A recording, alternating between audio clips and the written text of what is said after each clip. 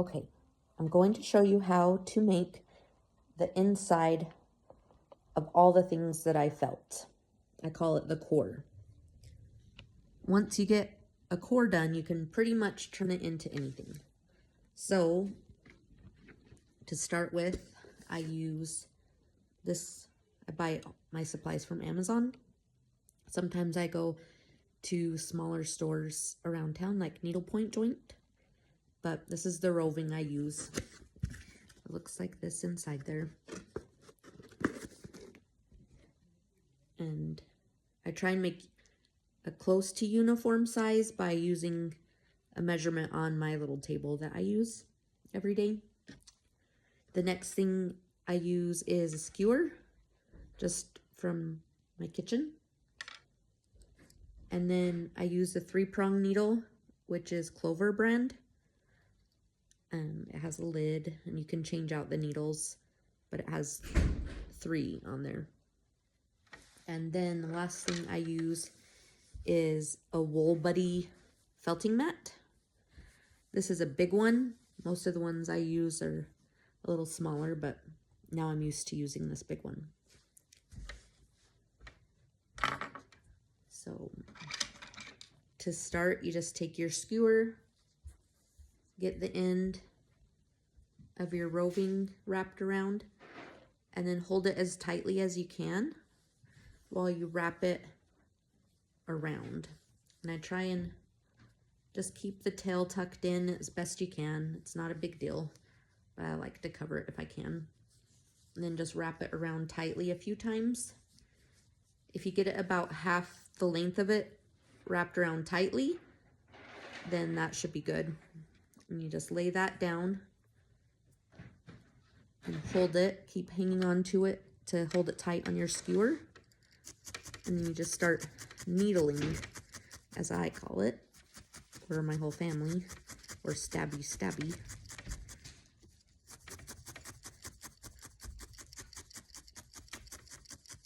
So I just work on this for a minute. Just go around so I can get it to start to hold its shape so that we can let go. Come up from the tops to get that in from both sides on the ends. Kind of stick those loose sides in. Once I get the loose sides in, I turn it around and do this side. If your needles aren't the right size, then this can be more difficult because they're just harder to get stabbed in there, especially 3. So I'll link what needles I use for this. It's the one that comes in here, but if you have to do replacements, you want to buy the same size because there's different gauges and they just work differently and stab differently.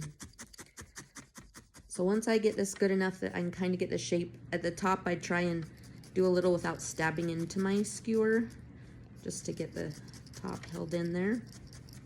So now if I lift it up, it's pretty much holding its shape and I can pull out the skewer and I've got my core pretty well started.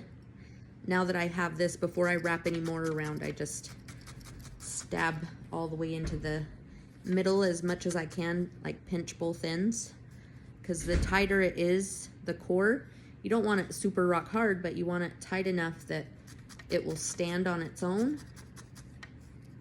And if you leave the inside loose, then it will always be too squishy to use. Now, because I know this is gonna be a gnome, I'm gonna just automatically make one side nice and flat, one end.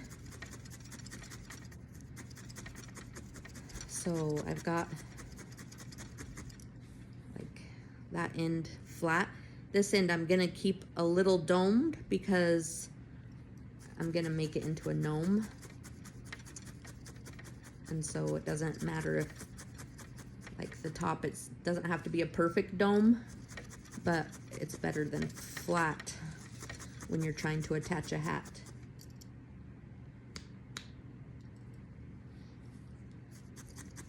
So I've got that pretty much done. So I can just turn it a little and get some of that loose roving added on. It takes practice to get the feel for how you want it to be and what it takes to get it there. You'll know what you like to work with, but the core, once you learn this and practice this, it's really easy, and it can just be the starter for every single project you want to do. Because once you can get a core done, like I could turn this into any shape or animal I really wanted to do, unless it's, you know, something skinny with little skinny legs or arms, which I try not to do designs like that very much, because the skinnier and more detailed you get, the more your fingers will pay for it. Like you'll get calluses that work out pretty good on these fingers, because it's the hand you're not stabbing with that's going to get stabbed, of course. And so just keep a couple band-aids on hand. You don't even need band-aids, usually just as a drop or two. And there are finger covers if you prefer, but I really like my fingers to be bare, because then I can feel really what the core is shaping out to be. I can feel if there's any places that are softer than others, and I feel like when I have either plastic or the leather finger covers on, then I can't feel actually how far I am and how much further I want to go.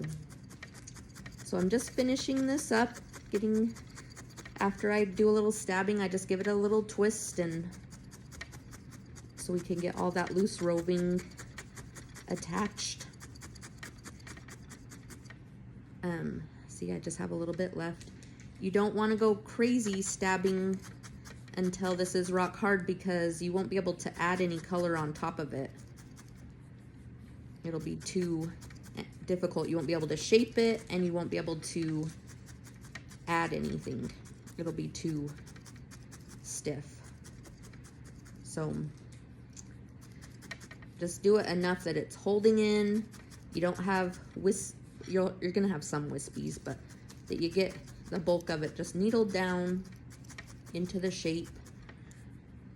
And it's okay, like mine stays pretty consistent going around, but sometimes if you get a little lump or something that is a little uglier, for the most part that's all right, because you're just going to cover it anyway. You just don't want lumpies that are going to show through the design.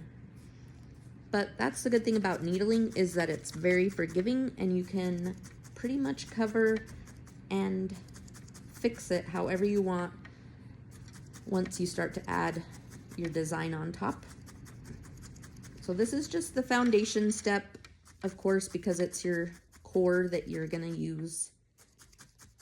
You can experiment with different sizes of this to see what your go-to is. This is my go-to size, and then anything I do outside of this is kind of depends on what the order is or what people want it to be like, or if I want to try something a little bigger. I don't go too crazy ginormous. I haven't done anything really big.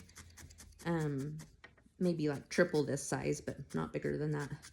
But I have gone down really small. So once I have it all done, then I turn it upside down just to make the bottom flat. And then I go around the base just to make sure it's really gonna stand up and hold its shape. And you can see it's still wispy. If I feel something soft, I can kind of needle it, but it's not super, it's pretty uniform, but it doesn't have to be perfect.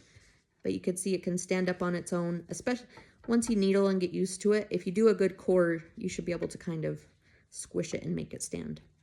So that's how you make a core, and it's the most important step. to do your next design.